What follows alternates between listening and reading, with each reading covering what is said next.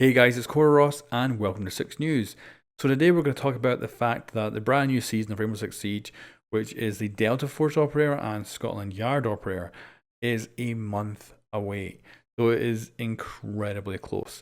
It's going to get revealed at the 6 Majors, which is in Paris this year, and it's going to be on August the 19th.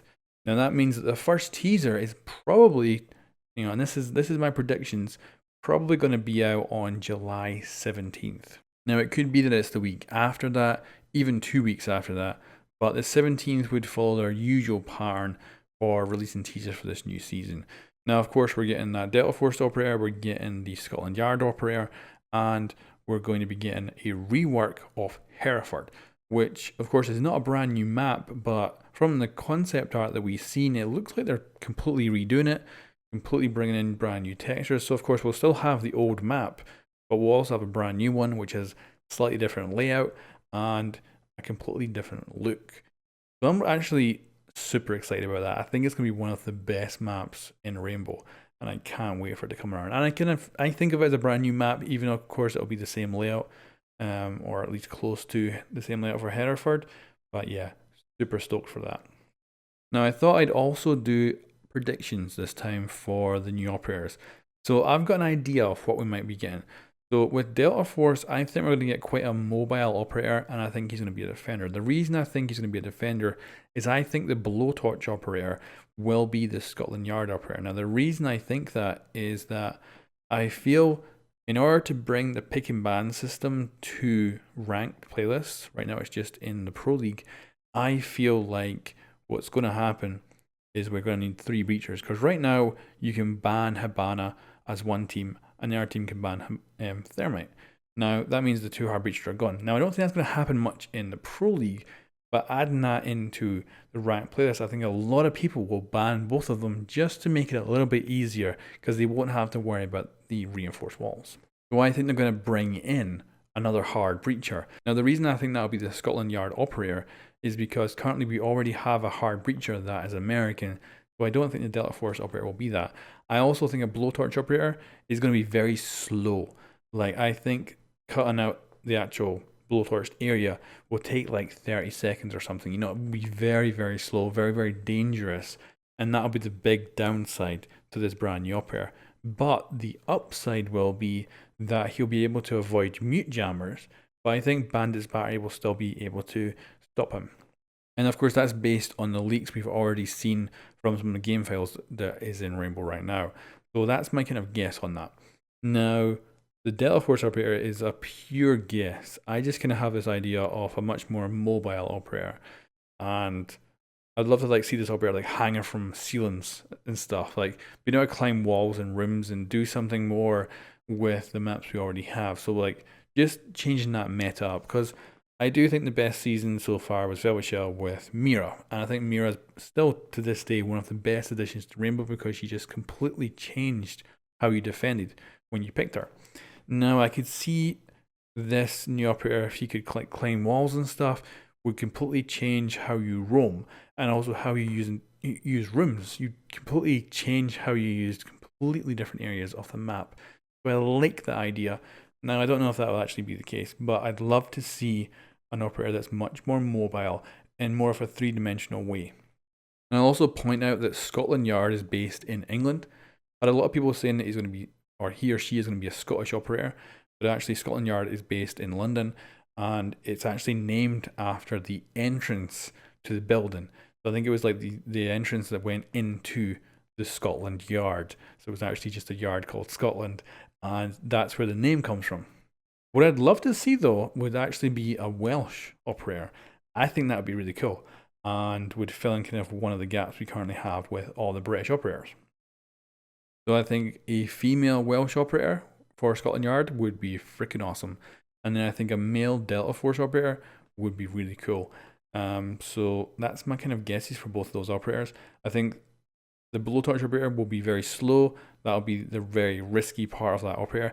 At first, when I first seen the leak, I thought maybe he'll be able to like custom shapes and walls, but now I'm thinking he might cut out a specific shape, like one that's kind of perfectly good to vault through, rather than leave it up to the player to do any kind of shape they want.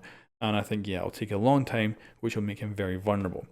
But I think he'll also be able to stop and then restart whenever he wants. So if someone is pushing now, he'll be able to stop it and then just go back to it later and cut that hole out later on. So I think that'd be cool. I think that'd be actually a really good operator. I like as well. We just come from Maestro and Alibi, really high tech operators. One has a laser turret based on technology that takes down missiles, and we have the other one with decoys on Alibi that make these almost perfect representations of Alibi, like all these really high end gadgets. I love the idea of bringing in a blowtorch operator, kind of like the basic of basic tech.